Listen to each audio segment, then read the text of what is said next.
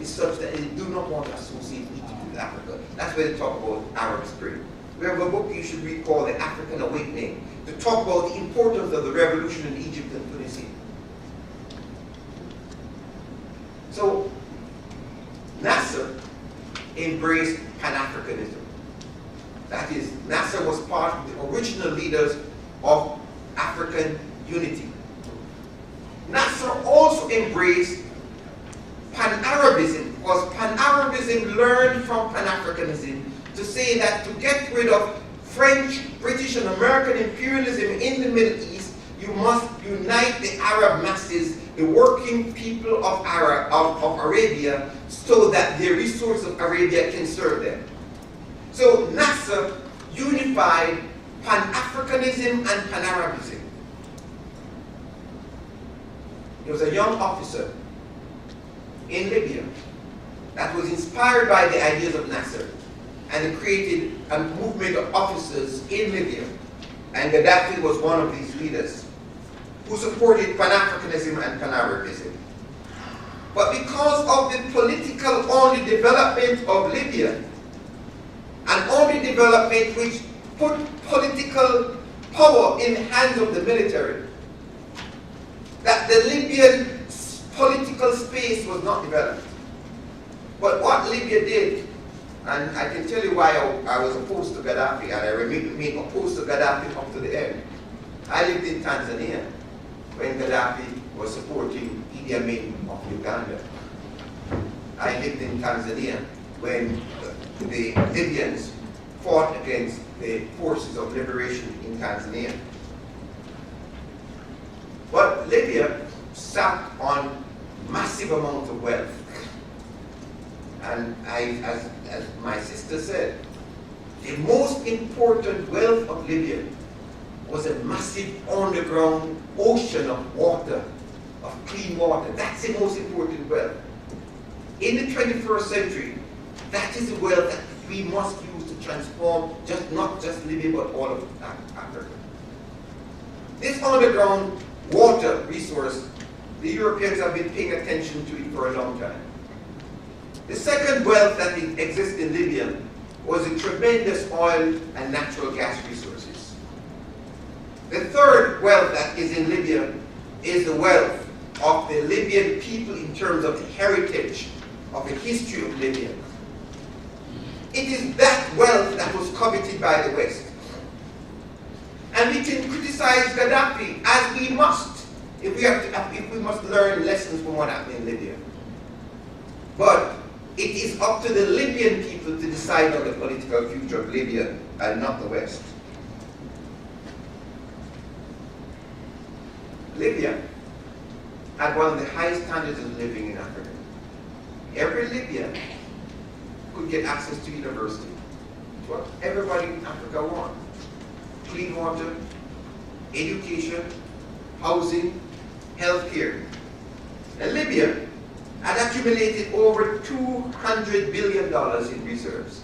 And this book goes into great details about how Gaddafi was trying to create new financial instruments so that Wall Street could not control their wealth.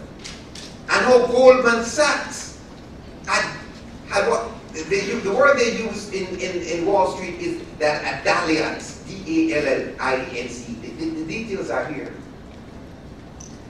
Of how Wall Street was using the resources of Libya for these instruments that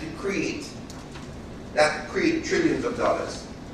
And my book goes into great details about the intellectuals who went in from North America and Britain to try to exploit the intellectual and political underdevelopment of Libya to benefit Western banks, especially the investment banks in Britain.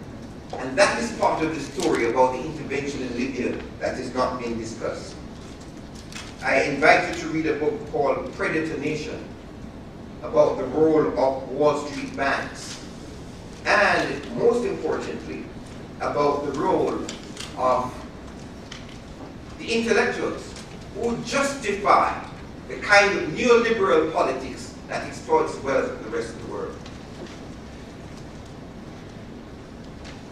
So, Gaddafi made a number of errors. Gaddafi was put on sanctions by the United Nations after the bombing of Pan-Am airplane. So that is a matter that requires deep exploration. And while we are still inquiring about that, let us learn what President Mandela did. President Mandela intervened and said, well, you know what? These people call me a terrorist. Let us do what we have to do to get the end of sanctions against you. So Mandela went to Libya, went to Europe, and carried out shuttle diplomacy in 1 week, flying back and forth to say, let us resolve this question. And in the resolution of that question, sanctions were lifted on Libya.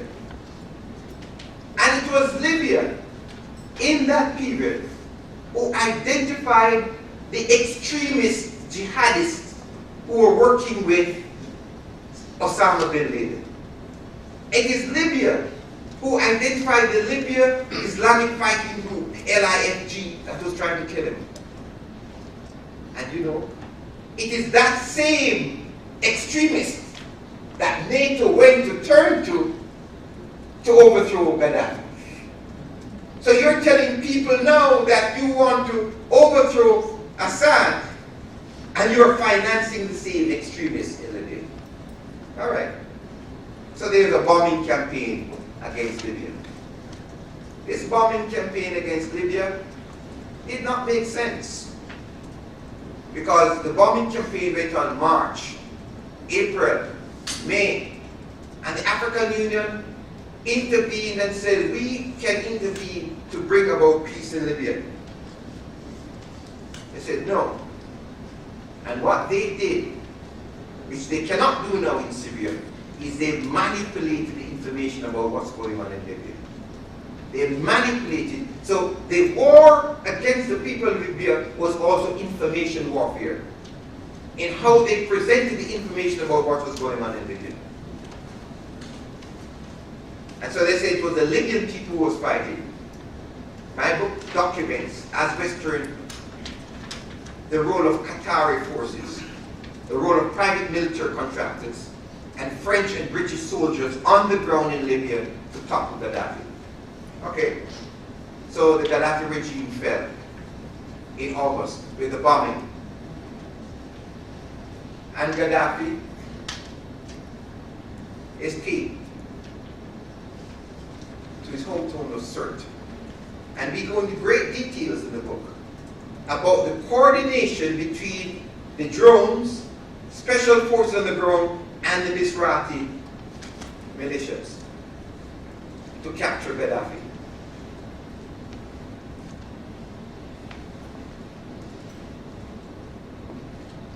The capture of Gaddafi, the assassination of Gaddafi, the sodomization of Gaddafi was meant to humiliate Africans all over the world. And no decent person would stand by without denouncing that on every platform. I want to make it very clear. I am opposed to Gaddafi, but I'm even more opposed to that kind of humiliation and sodomization that took place on the NATO. And in the question time, I will tell you the president that was set for that by President Nyerere of Tanzania. But NATO then declared success. NATO declared that the Libyan intervention is a platform for future intervention, and it was so successful. And so by the time I finished this book, we wrote to show that it was a catastrophic failure to manipulate the United Nations. Okay, so NATO have a success in Libya. And we expect Libya to be out of the news. But the killing of political leadership of Libya, the implantation of militias, the enabling of these militias, 1,700 militias all over Libya, and the destabilization of Libyan society, we now know it was to create the basis for stabbing the revolution in Egypt in the back when the revolution materialized. But people could not understand this until we had this incident in Benghazi when the United States ambassador, Stevens, lost his life. And this is in the second version of this book about what happened in Benghazi. Here again we deal with information warfare. Because they said that Ambassador Stevens died in the United States Embassy in Benghazi. Well, we don't know of any United States Embassy in Benghazi. We know that there was a CIA station in Benghazi. And we now know from the girlfriend of General Petraeus that General Petraeus had a prison in Benghazi and he was recruiting jihadists from Benghazi to fight in Syria. So the CIA was running its own warfare out of Benghazi. And that's why this debate about Benghazi in the United States, they dare not bring out the matter into the open.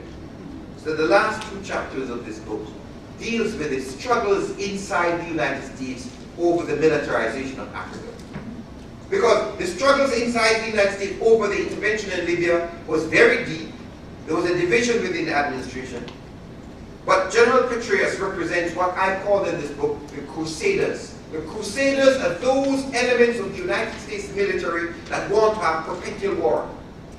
And it's not by accident that after the election last year, President Obama has been saying the war and terror must come to an end and we must use police means to wrap up the remaining elements of terrorists around the world.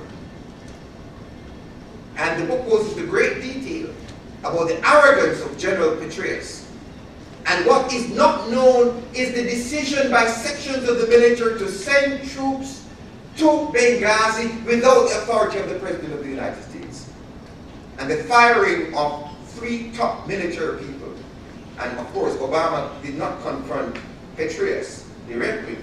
Petraeus fell on his own sword, on his own arrogance. And you can read all about Petraeus by the book by this lady called Paula Broadwell. It's called All In. You can get very important details about factions in the United States military. So this is the essence of where we are in terms of the lessons from NATO in Libya. The lessons from NATO in Libya is that in the United States of America, it sharpened the debate about whether the United States is going to engage the world militarily or economically. And that debate is going on inside the United States. President Obama made a speech on May 23rd of this year where he said again that we must recalibrate our relationship with the world. He came to South Africa. He went to Robben Island, he said the same thing. And you pay attention to the ambassador that President Obama is sending to South Africa. Pay attention to the message he's sending to Africans by the ambassador, Patrick Gaspard, who is coming out of the peace and justice movement in the United States of America. So the end of the war in Libya has deepened the debate in the United States, and this debate is going on. If you watch the news right now, you will see that there's a debate. Last night there was a very strong speech by the Secretary of State of the United States of America against what they say was chemical weapons in Syria. And then when you listen to that speech and you read the New York Times, down in the middle of the paragraph, you read in the New York Times, they say, but Secretary of Defense Chuck Hagel said that the United States will not act unilaterally. This is just a manifestation of the struggles in the United States over intervention. And I'm afraid that the section of the administration that is against intervention in Syria may not be the one that wins out. And Africans need to say that we need a robust international instrument to bring about an end to what's going on in Syria. Because clearly, there must be an end to any massacre by President Assad. But the United States cannot, and France cannot be supporting jihadists in Aleppo when they're fighting the so-called jihadists in Mali. And that again is a story that will unfold about French intervention in Mali. We will not have time to discuss that this morning. But the role of the African Union to stop those kinds of interventions is very urgent at the present moment. Let me conclude. Let me conclude by saying that this revolutionary moment offers great opportunities for us to rethink the relationship between Africa and the rest of the world. We have come to a point in the world where the people of Europe have to make a decision about the mode of economic organization in Europe. There is a capitalist crisis in Europe, and there is a sovereign debt crisis, a banking crisis, an investment crisis. And as one European political economist has written, there's an added crisis in Europe, which is a political crisis. That is, they want the European workers to pay the cost of the banking crisis in Europe. And so it is that crisis in Europe that predisposes Europe to intensify its plunder and exploitation of Africa. But Africa has choices. And because Africa has choices, it is possible now for Africa to speak to Brazil, and to speak to Venezuela, and to speak with Korea, and Russia, and India, and China. And there's a section in my book about China, because what the West and the oil companies feared is the power and importance of the Chinese oil companies. What does it mean for the African Union? It means that the African Union have to have robust instruments for what they call peace and security architecture.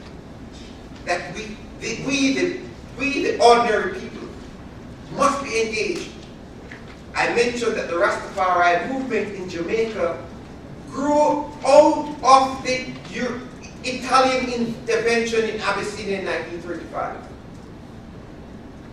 We need a similar popular movement in Africa against Western military intervention and manipulation at the present moment. That is Europe. In Latin America, the African people in Latin America, along with the people of Latin America, want to create a zone that is free of international exploitation. And the Latin Americans are moving to create their own central bank and their own international institutions. My time is coming up? In 2 minutes. 2 minutes. Yeah, good, I'm winding down. In Asia, the people of Asia are driving the recovery of the world economy. And they're establishing new bases for economic, political, social, and cultural relations with Africa. It is up to the African peoples to develop new politics, new relationships, and new social organizations to engage the world in the 21st century.